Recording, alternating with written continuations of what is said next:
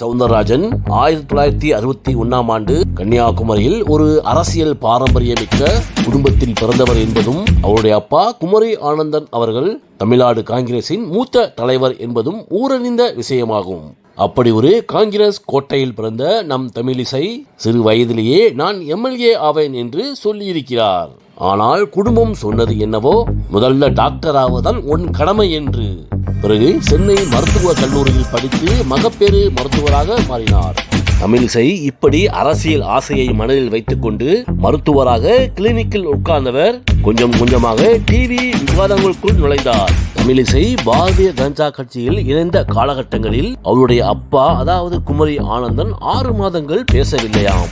தமிழிசை பாஜகவில் பல பொறுப்புகளை ஏற்று மாநில தலைவராகவும் உயர்ந்தார். தமிழிசை பலமுறை சட்டமன்ற மற்றும் நாடாளுமன்ற தேர்தல்களில் போட்டியிட்டு மிக குறைவான வித்தியாசத்தில் தோற்றார். தமிழகத்தில் எம்எல்ஏ ஆக முடியவில்லை என்ற வேதனையில் இருந்தபோது டெல்லியில் இருந்து யாரும் எதிர்பார்க்காத நேரத்தில் தமிழிசை தெலுங்கானா மாநில ஆளுநராக நியமிக்கப்பட்டார். அங்கு தமிழிசையின் நேர்மையான நடவடிக்கைகளை கண்டு மக்கள் வியந்து பார்த்ததோடு ஆளுநர்னா இவர் செம்ம கெத்து என்று வாயார புகழ்ந்தார்கள். பிறகு புதுச்சேரிக்கும் துணைநிலை ஆளுநராக கூடுதல் பொறுப்பேற்றவர். தமிழிசை மீண்டும் தமிழக அரசியலில் குதிக்க ஆசைப்பட்டு ஆளுநர் பதவிகளை ராஜினாமா செய்துவிட்டு சமீபத்தில் நடந்த நாடாளுமன்ற தேர்தலில் போட்டியிட்டார். ஆனால் மீண்டும் தோல்வியை தடவினார். ஆனால் தமிழிசையின் வாழ்க்கையில் பல சுவாரஸ்யமான நிகழ்வுகள் அரங்கேறிக் கொண்டே இருக்கின்றன. தமிழிசையின் தந்தை குமரி ஆனந்தன் தமிழ் மீது அதிக பற்றுள்ளவராகவே இருந்திருக்கிறார். தமிழகத்திலே தமிழ் இசை பிறக்காதா என்று ஏங்கிக் கொண்டிருந்த அந்த காலகட்டத்திலே தனது மகளுக்கு தமிழிசை என்று பெயர் சூட்டினாராம். மேலும் தமிழிசையின் திருமணம் அவர் மருத்துவ பட்ட படிப்பு படித்துக் கொண்டிருந்த போதே நடந்தது. அந்த திருமணத்தில் அப்போதைய தமிழக முதல்வரான எம்ஜிஆர் மற்றும் எதிர்க்கட்சி தலைவரான கருணாநிதி ஆகிய இருவரும் ஆளுமைகளும் ஒரே மேடையில் அமர்ந்து வாழ்த்தியிருக்கிறார்கள். ஒரு காங்கிரஸ் தலைவரின் மகளின் திருமணத்தை எம்ஜிஆர் கருணாநிதி ஆகிய இருவரும் தலைமை தாங்கியதோடு இரு துருவங்களின் ஆசீர்வாதங்களையும் பெற்றவர். தமிழிசை தஞ்சாவூர் மருத்துவக் கல்லூரியில் படித்துக் கொண்டிருந்த போது அவசர பகுதியில் ஒரு சிறு குழந்தைக்கு ஆக்சிஜன் ஏற்றிக் கொண்டிருந்தார்கள்.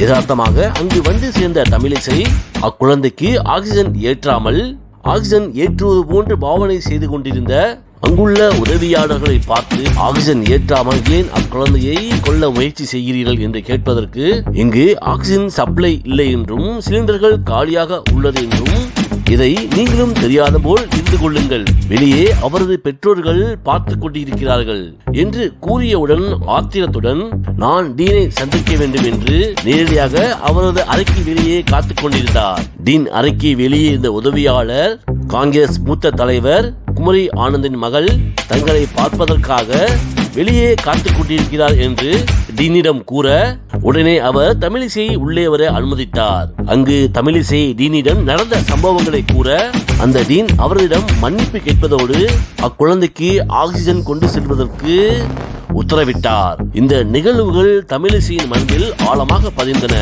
அதாவது ஒரு அரசியல் தலைவரின் மகள் என்பதால் மட்டுமே இந்த மரியாதை தமக்கு கிடைத்தது என்று முடிவு செய்ததோடு அவருடைய அரசியல் நாட்டம் இன்னும் தீவிரமானது. பின்னர் ஒருமுறை அவசர நேரத்தில் ஒரு நோயாளிக்கு ரத்தம் தேவைப்பட்டது. பிளட் பேங்க் வசதிகள் குறைவாக இருந்த அந்த காலகட்டத்தில் தமிழிசை திருச்சி RSS அலுவலகத்தை தொடர்பு கொண்டாராம்.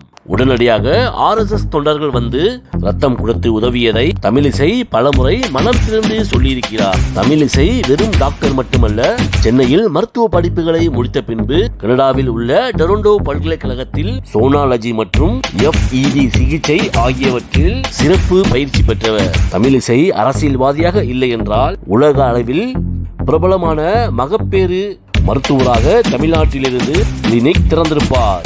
தமிழிசை ஒருமுறை விமானத்தில் பயணம் செய்த போது அருகில் இருந்த ஒரு மாணவி திடீரென பாசிச பாஜக ஒழிக கோபேக் மோடி என்று கோஷம் எழுப்பினார். தமிழிசை உடனே ஆத்திரமடைந்து அந்த மாணவியுடன் சண்டைக்கு சென்றார். விமானத்தில் சண்டை போட்டதற்காக அந்த மாணவி கைது செய்யப்பட்டார். பிறகு மாநில மனித உரிமை ஆணையம் மாணவியை கைது செய்தது மனித உரிமை மீறல் என்று கூறியதோடு அந்த மாணவிக்கு ரூபாய் 2 லட்சம் இழப்பீடு தொகை உத்தரவிட்டது. டாக்டர் முதல் கவர்னர் வரை பதவிகள் பல கண்ட தமிழிசை அக்கா மாளிகையிலும் மக்கள் மனதிலும் என்றென்றும் மலரும் தாமரையாக இருக்கிறார். நன்றி, வணக்கம்.